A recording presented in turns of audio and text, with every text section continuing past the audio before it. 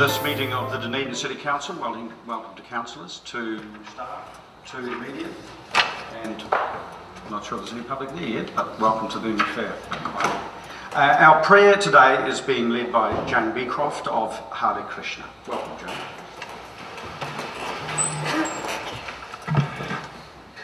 Hare Krishna, everybody.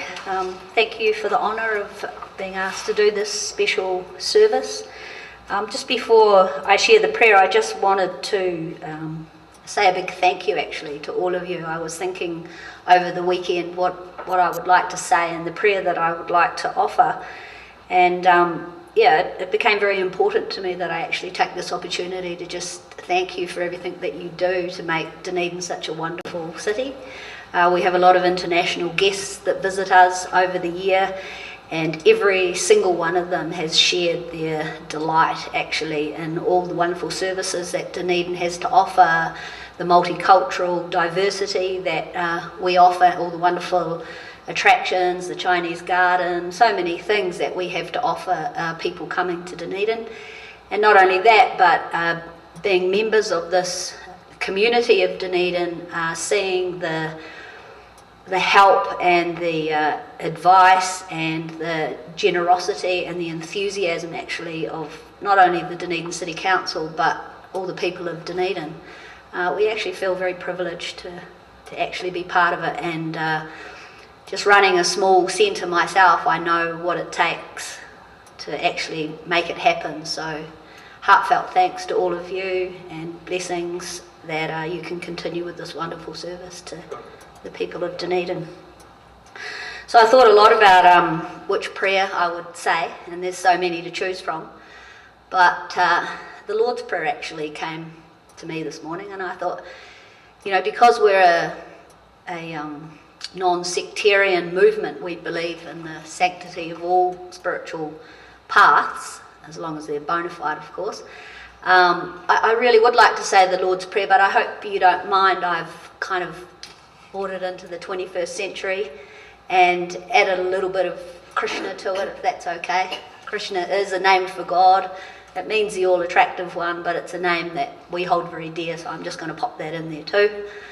And I think it's very fitting for the occasion. So thank you for having me. Our Father and Mother who art in heaven, hallowed be thy name. Thy kingdom come, thy will be done, on earth as it is in heaven. Give us this day our daily bread, and forgive us our trespasses as we forgive those that trespass against us. Lead us not into temptation, but deliver us from negativity. For thine is the kingdom, the power and the glory, forever and ever. Amen. Hare Krishna. Thank you.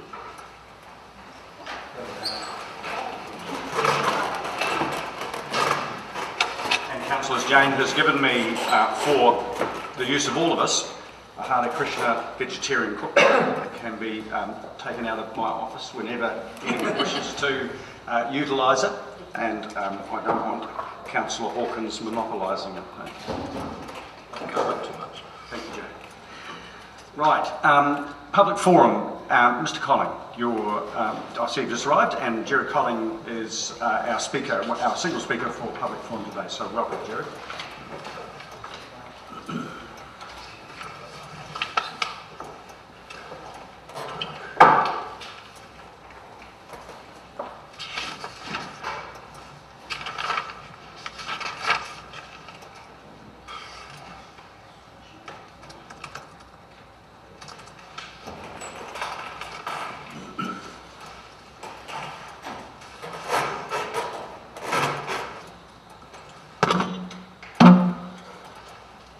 Thank you, Your Worship, councillors and staff. So the purpose of my presenting here to you today is in relation to item 22 on your agenda, being the harvesting at the Wakawaiti Reserve. This project has been effectively a community project for the last 30 odd years. The community have seen the plantations grow, they've been nurtured, and are very much part of our community playground.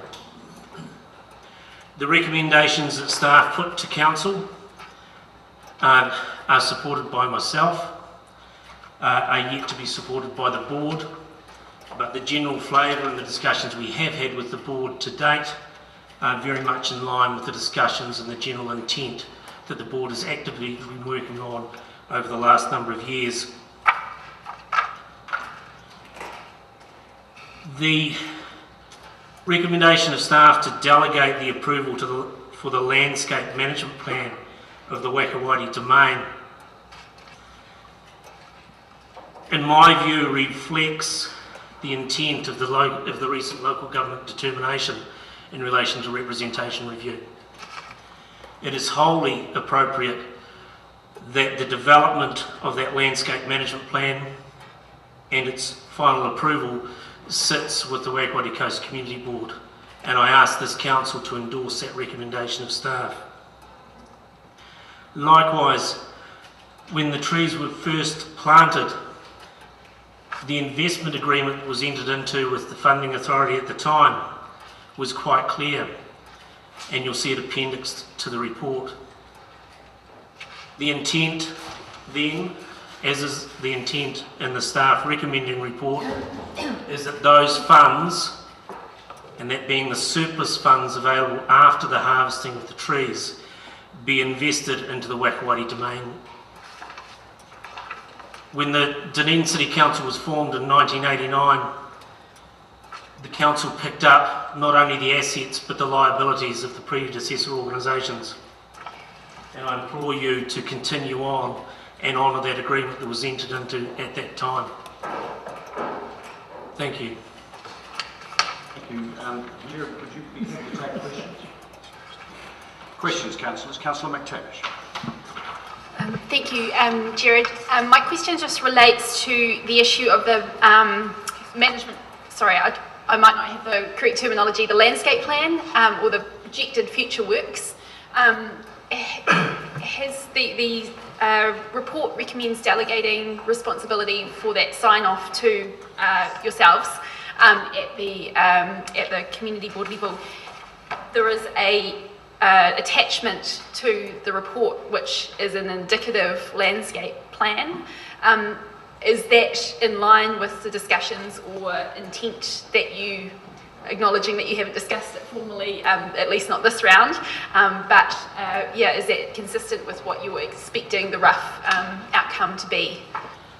For going through the Mayor, yes, certainly, and I just want to highlight that the board consider it's imperative that this landscape management plan is, and the planting reserve plan is developed in direct consultation with our community. There's a wee ways to go in relation to that. We have time, but certainly the intent is to have the community interest groups involved, the wider community involved, and very much importantly, the immediate neighbours involved. And that would involve also liaison with the local rūnaka, is that right? The local rūnaka have been very much involved in this project over the previous years. The intention is for that to continue, and they've actually provided a very valuable workforce as well in relation to the re-establishment of some of the existing areas that have been felled. Thank you. Councillor Calvert. Are you speaking on behalf of the board? I'm exercising my right as chair of the board to speak on their behalf, yes. Yes, I wasn't disapproved. I just wanted to know whether you would, Mr Collins, or the board. Any further questions, councillors? None. Thank you, Jared. And if you want to pass it around.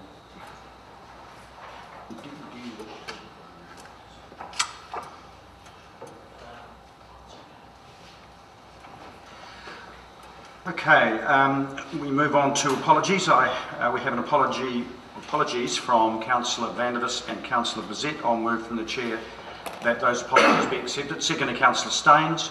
All those in favour, please say aye. Aye. Against? Carried.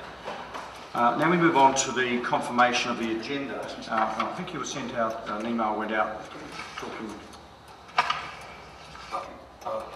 Councillor Thompson, do you? Well, I'm just wondering if it's possible to consider bringing the conflict of interest policy further up the agenda. I have another meeting that I have to go to at 4. There are some amendments that are being proposed, which it would be, I think, probably appropriate for me to speak to. I'm just a bit worried that we might. Okay. So my suggestion would be that I move that we bring the non-public part of the meeting to the beginning of the meeting, and that we bring the item, whatever, conflict of interest policy 24 to the beginning of the public part of the agenda. And I furthermore want to add to the non-public part of the agenda an urgent item regarding an appointment of a council representative, and you've just been handed out that grey paper. So I'll move from the chair that those changes, that subject to those changes, we confirm the agenda. Seconded, Councillor Staines. Any discussion? I'll put it. All those in favour, please say aye. Aye. Against? Carried. Thank you. So I'll just give the crew time and the media time to break down. We'll go into non-public. That'll take a couple of minutes.